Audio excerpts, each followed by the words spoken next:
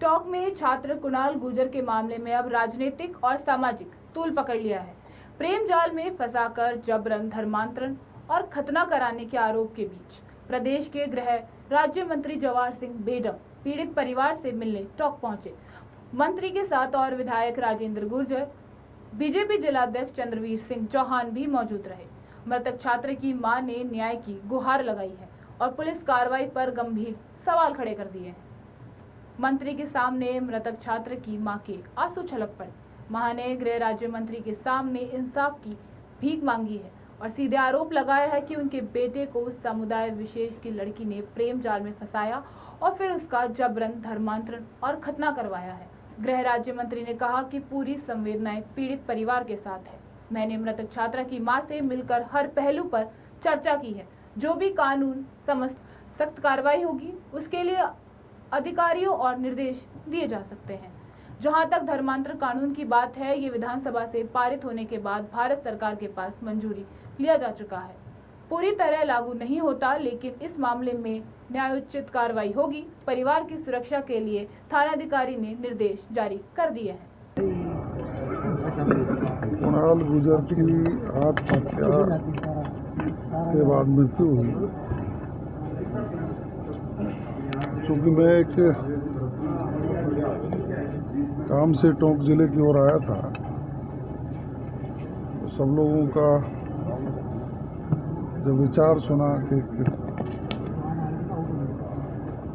नौजवान ने आत्महत्या की है, जिस कारणों से की आप सबको मालूम है। नौजवान लड़का था, किसी के परिवार से जब नौजवान जाता है तो उस परिवार को जो दर्द सहना पड़ता है उसी परिवार को मालूम पड़ती है। मेरी उस परिवार के प्रति संवेदनाएं हैं। ईश्वर से प्रार्थना है कि कुणाल की आत्मा को शांति दे और उनके दुखी और पीड़ित परिवार को संबल प्रदान करे। सभी पहलुओं पर चर्चा की है। जो भी कानून सम्मत कार्रवाई होगी, मैं संबंधित अधिकारियों को निर्देश दूंगा। पायलट अब तक यहाँ नहीं पहुँचे हैं, उनका विधानसभा क्षेत्र है, लेकिन पायलट अब तक इस पीड़ित परिवार से मिलने नहीं पहुँचे। ये दुखद घटना है। मैं उस परिवार से मिला हूँ। हमारी सबकी संवेदना है। राज्य सरकार आप हैं, फिर ये घटना होती है। शिकायत दी थी आईजी से लेकर सबको ट्रांसफर को देखने कोई कार्रवाई नहीं हो पाई। देखिए, ट्रांसफर पोस्टिंग एक प्रक्रिया है और ये जो घटना है, इस घटना के बाद उनकी माँ ये महसूस कर रही है कि भाई वो कहीं दूसरी जगह चले जाते तो शायद ये घटना नहीं होती। उनका सोच है, लेकिन उस समय ये परिस्थितियाँ संज्ञान में सरकार के में नहीं थी। अब उनकी मां ने हमें बताया है, मैं निश्चित रूप से अधिकारियों से 10 दिन हो गए पीड़ित परिवार ने कहा है मैं उसके बाद ये घटना होती है, अभी तक कोई एक्शन देखने को नहीं मिलता। देखिए, आप खुद गृह राज्य मंत्री हैं। देखिए, जो धर्मांतरण कानून है राजस्थान की विधानसभा से पारित हुआ, उसके बाद भारत सरकार के लिए मंजूरी के लिए जाता है। तब तक उसको अप्रूवल वहाँ से नहीं मिलती, तब तक वो कानून कोई भी हो। अलवर में इस तरह घटना होती है, पुलिस गिरफ्तारी करती है तुरंत। आप हमारी बात सुन लें।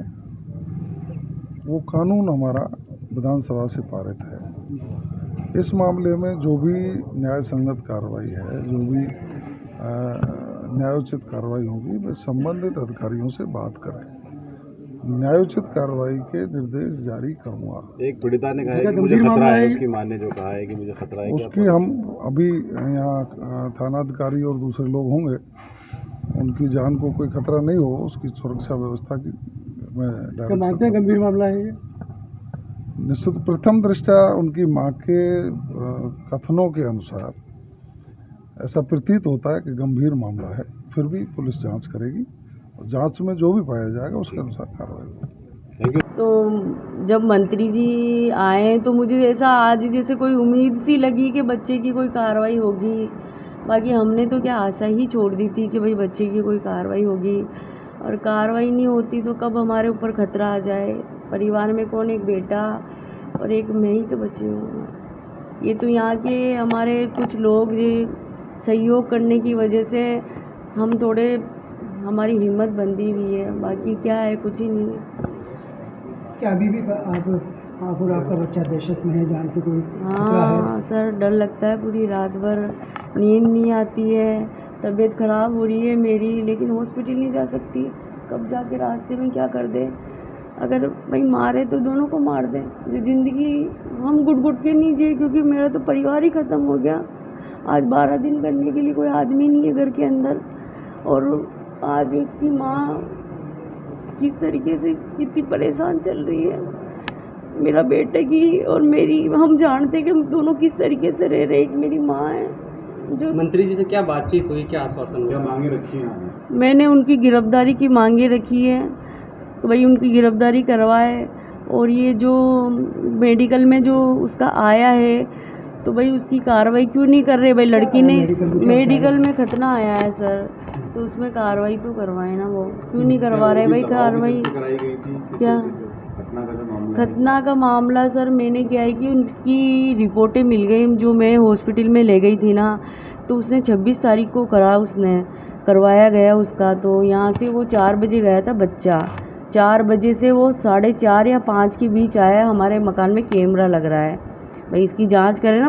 बच्चा लोअर को इस तरीके से पकड़ के आ रहा है, तो मैंने बोला मम्मी मेरे दर्द हो रहा है, तो भाई मैंने टेबलेट दे दी। अब उसने मुझे ये नहीं कहा ना मेरा दर्द कहाँ हो रहा है, मेरे भाई सिर में दर्द हो रहा है। अब हमें तो भलक भी नहीं पड़ने दी, क्योंकि बच्चे का सब कुछ करा दिया। बच्चा उसी दिन से इस तरीके से वो 2 रात तो सोया नहीं। 28 तारीख को जब वो एक नींद की दवाई दी उसको, मैंने 2 दिन सोया नहीं। तो गहरी नींद में जब वो एकदम चिल्लाया ना, जब उसका नेकर हमको ने खोल के देखा तो वो एकदम पट्टी वट्टी बंध रही थी, और यानी वो पट्टी भी ब्लड से भरी हुई थी।